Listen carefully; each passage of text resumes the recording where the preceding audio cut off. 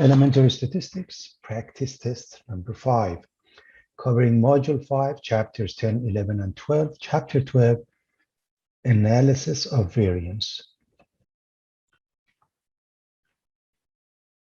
One-way ANOVA, one-way analysis of variance, is used for tests of hypothesis that 3 or more populations have means that are all equal. H0, mu sub 1 equals mu sub 2 equals mu sub 3, etc. by analyzing sample variances. One-way analysis of variance is used with data categorized with one factor or treatment. So there is one characteristic used to separate the sample data into the different categories. The populations have the same variance, sigma squared, or standard deviation, sigma. In the F-test for the analysis of variance, or ANOVA, two different estimates of the population variance are made. The first estimate is called the between group variance, and it involves finding the variance of the means. The second estimate, the within group variance, is made by computing the variance using all the data, and it is not affected by differences in the means. If there is no difference in the means, the between group variance will be approximately equal to the within group variance, and the F-test value will be close to 1. Therefore, do not reject the null hypothesis. If the means differ significantly, the between group variance will be much larger than the within group variance. The F-test will be significantly greater than 1. Reject the null hypothesis. And the test statistic here, we remember it for two samples, S1 squared over S2 squared, using the F distribution. The ANOVA test is right tail test because only large values of the test statistic cause us to reject equality of the population means. Other statistical tests, such as Shafee and Tukey tests, are used to find where the difference exists. Although the t-test is commonly used to compare two means, it should not be used to compare 3 or more. Here's an example. Weights in kilograms of cypress trees were obtained from trees planted in a sandy and dry area. They were given different treatments as indicated. Fill up the table below and use a 0.05 significance level to test the claim that the 4 treatment categories yield cypress trees with the same mean weight. Notice we have 1, 2, 3, 4 groups to deal with. We have more than 2, so we go with an ANOVA, analysis of variance. And there are 4 categories: no treatment, fertilizers, irrigation, and we're using both of them. And that's the mean that has been given to us. Now, we don't expect anybody to do this by hand, but I want to quickly show you how it's done in case, as we did it with the PowerPoints, and this table is filled up and how they relate to one another. So here we go. Number 1, we need to look at each case. For example, the first group, look at the very first group. Here's the count. How many pieces? 5. It happened to be the same for all of them, by the way. We calculate the sum, the average, and the variance. So add them up. That would be the sum. The average, add them up, divide by 5. And the variance, use the formula summation of x minus x bar quantity squared over n minus 1. So those are elementary. We have done it in the very first exam. So we make up this table. So this is for the first group, no treatment. And then the second one, fertilizers, irrigation, fertilizer, and irrigation. Everything has been calculated here. Now we are ready to move on. So this is the GM, stands for grand mean. This is the grand mean, summation of x over capital, and that means add them all up, divide by the total size. Starting with the first one is 0.24. The second one is 1.69, go all the way down, and the next column, and the next column, and the next column, and the last entry is 0.95. Total of 4 times 5, 20. That's the capital N, resulting in the following number, and we're going to call this the grand mean, X bar subscript GM. Next, SS in between, N sub I times X sub I bar minus X bar grand mean. So what does it mean? Take a look. If you look at the first group, you see that N is 5. Its X bar for the first group, no treatment, is 1.19. Subtract from it the grand mean, 1.0935, and square that. Look at just the first one. What happens to the second group? We do the same thing. N happened to be the same, 5. Then X2 bar is 0.884 minus the grand mean, 1.0935. Square it, and you go all the way down to the third and to the fourth and add them all up. This is how we find SSB. And look at the table. We put it right here. So SS, sum of squares for in between or treatment factors has been calculated. Here's the next one. By the way, as far as the degrees of freedom is concerned, we have K minus 1, 4 groups. So 4 minus 1 is 3.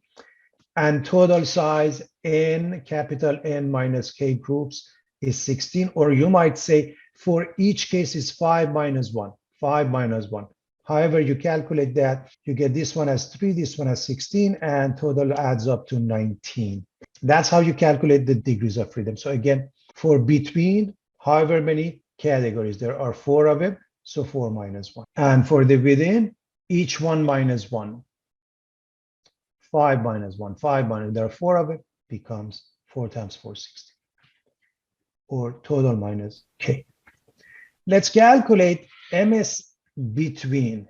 MS in between is SSB over K minus 1.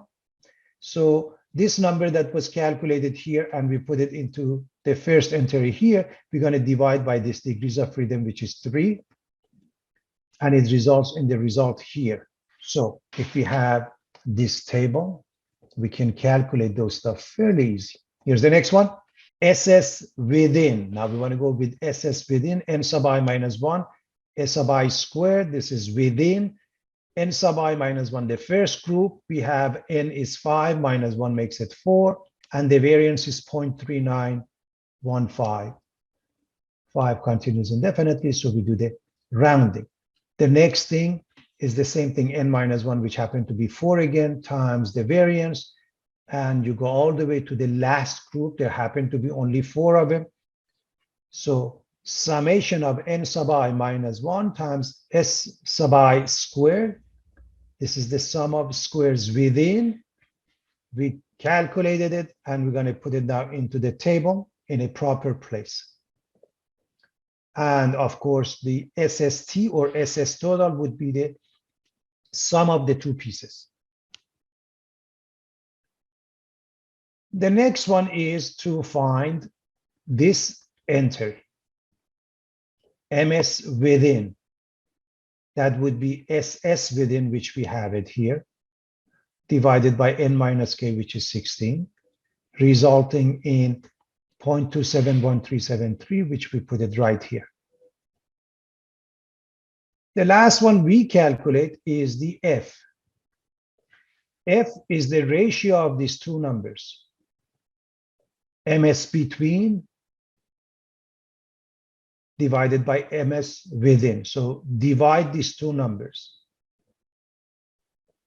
0.3897, and you put it right here. Again, all of this is done by technology, but I just wanted you to be exposed to it one more time. We have done it in our PowerPoints. So let's actually do the work. So we come up with the table, And the table does not give you the calculation with it, does not give you the p-value or the critical value. They come from the critical value comes from the table or technology again, and the p-value again from the technology or area to the right of test statistic because the right test. So write the steps, and the test of hypothesis is universal. Here's the first step. H0, mu1, mu2, mu3, mu4. Since we have 4 of them, we go with 4, otherwise we go with more or less. And they are equal, that is the claim.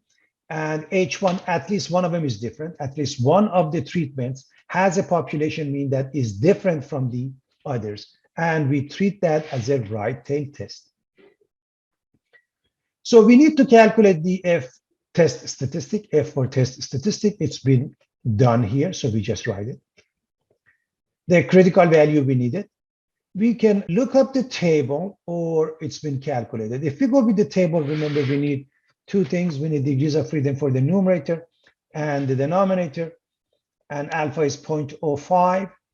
So degrees of freedom of a numerator is 3, 4 minus 1. And for the denominator is 20 minus 4 or 16. Looking up the F distribution table with alpha 0.05, and it's important, I remind you that alpha is 0.05. We have different tables for F distribution, resulting in the number 3.2887 or the calculation. The next one is we come up with the graph, or if we pay attention to the p-value, since the p-value is larger than alpha of 0.05, we do not reject H0. So let's look at also the graph. This is the graph of the S distribution with alpha of 0.05.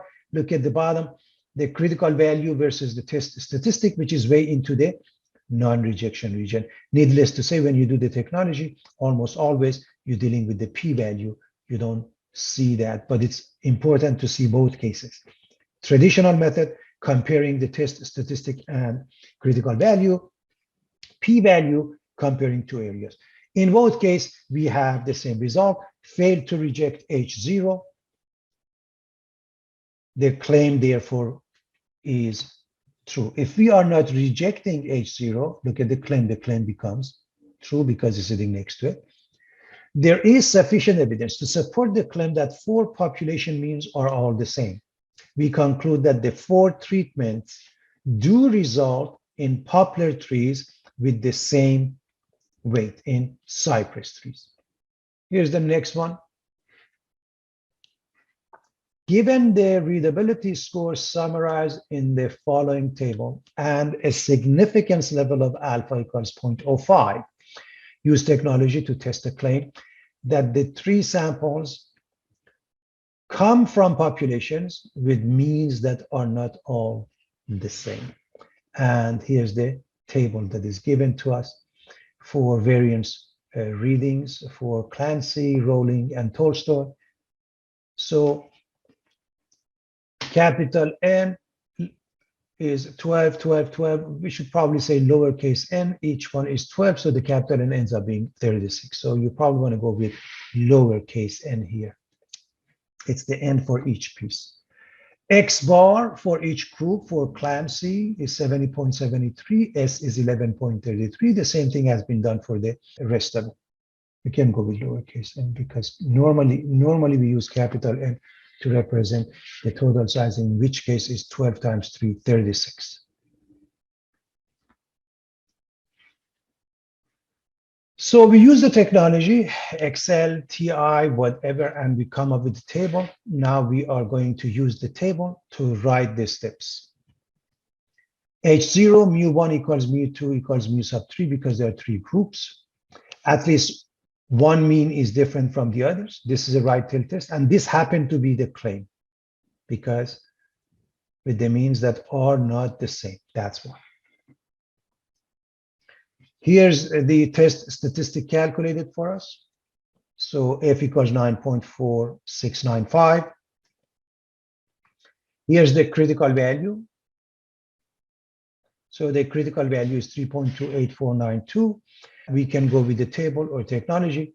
Degrees of freedom for the numerator is, there are 3 groups. So 3 minus 1 is 2.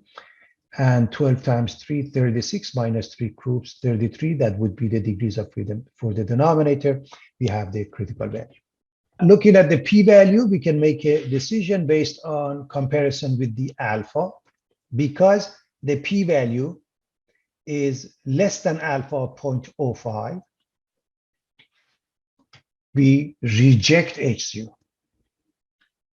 If we look at the p-value or the comparison of the critical value with the test statistic, we see that test statistic is way into the rejection region, resulting in the same thing, reject H0. So let's go back to the first thing. If you are rejecting H0, then you're okay with H1, which is the claim, and the claim becomes true. There is sufficient evidence to support the claim that the three population means are not all the same. We conclude that those books have readability levels that are not all the same. If we were to do this with TI, again, I have the command for you in our PowerPoints and TI commands. So you put the information in L1 and L2, and you do the ANOVA on L1 and L2 and L3 and so on and so forth. So we put the information. We do the ANOVA on L1, L2, L3, and results in the following. And a few things that you want to pay attention to. Here's the test statistic. Here's the p-value. Those are the main things that we use to make a decision. We have this degrees of freedom, which was 2, SS, MS. All of these calculations are also here. But to make a decision, we basically look at these two. Also, I suggest you look at the rest of them to see what the technology does for us.